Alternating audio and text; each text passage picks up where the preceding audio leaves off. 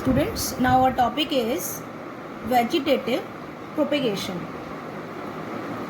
It is a type of asexual reproduction in which a complete new plant is produced from any vegetative part of the plant. Students, vegetative part means any part of the plant which is not involved in sexual reproduction, such as roots, stems, leaves. When any of these vegetative parts develop into a new plant under appropriate conditions, then this is called vegetative propagation. The new plants thus produced are genetically identical to the parent plant. It can occur naturally and artificially. The natural methods can occur by stem, leaves and roots. By stem, example is potato. You must have seen a potato. It has got eyes called notches. From these notches, if these potato are get suitable conditions, they are if they get suitable substratum and suitable conditions, the new plant arise from these notches, which develop into new plant. Then by leaves, bryophyllum, example is bryophyllum. This is the example of vegetative propagation by leaves. The plantlets, these plantlets develop along the leaf margin, which detaches and fall on the ground, and then they grow into independent plants. Next is vegetative propagation by roots, and its example are sweet potato and dahlia. Next is students artificial method of vegetative propagation. It is again divided into three parts: cutting, layering and grafting.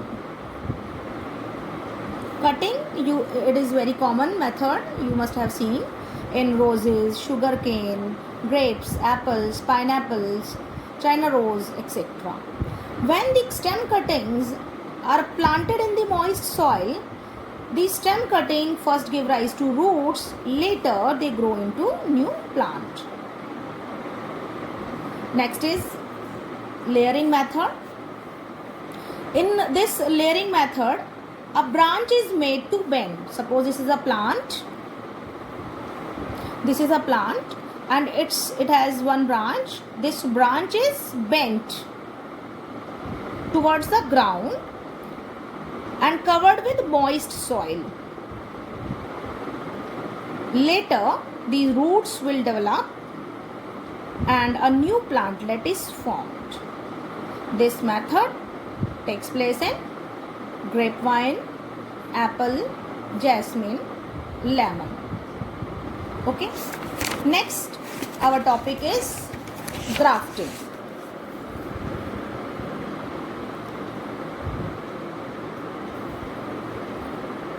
Grafting, in this method, two parts, one stem part having branches and leaves, other root part having roots called stalk. First part is scion, stem part is called scion and the root part is called stalk. These two parts are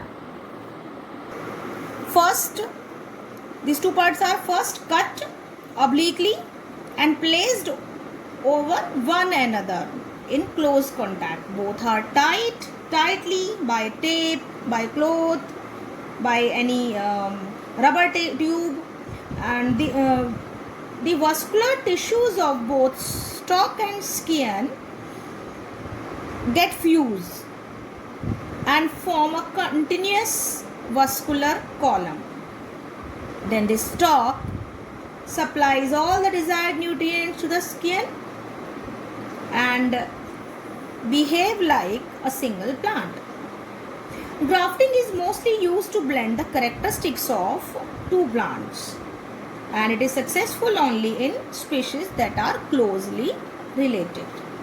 Its examples are apple, pear, mango and citrus. Now our topic vegetative propagation completes here, but there are some advantages and disadvantages of this method. First, advantages: it is a cheaper, easier, faster method. Better quality of plants with desirable characteristics like size, taste, odor, fragrance can be obtained by this method. Seedless plants which have lost the power of producing seeds like banana, sugarcane can also be obtained by this method. Characteristics of parent plant can be preserved as the new plant is genetically similar to the parent plant. So these are the advantages of vegetative propagation. Now our next topic is disadvantages of vegetative propagation. The disease of the parent plant also get transferred to the new plant. No genetic variation arises. Plants lose their vigor. Undesirable characteristics that we don't want cannot be eliminated. New characters cannot be introduced because there is no variations, so new characters cannot be introduced.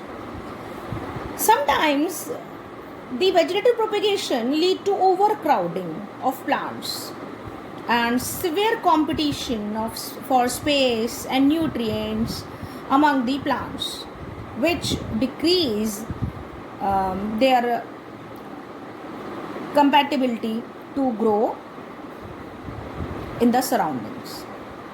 Okay, this is all about the vegetative propagation.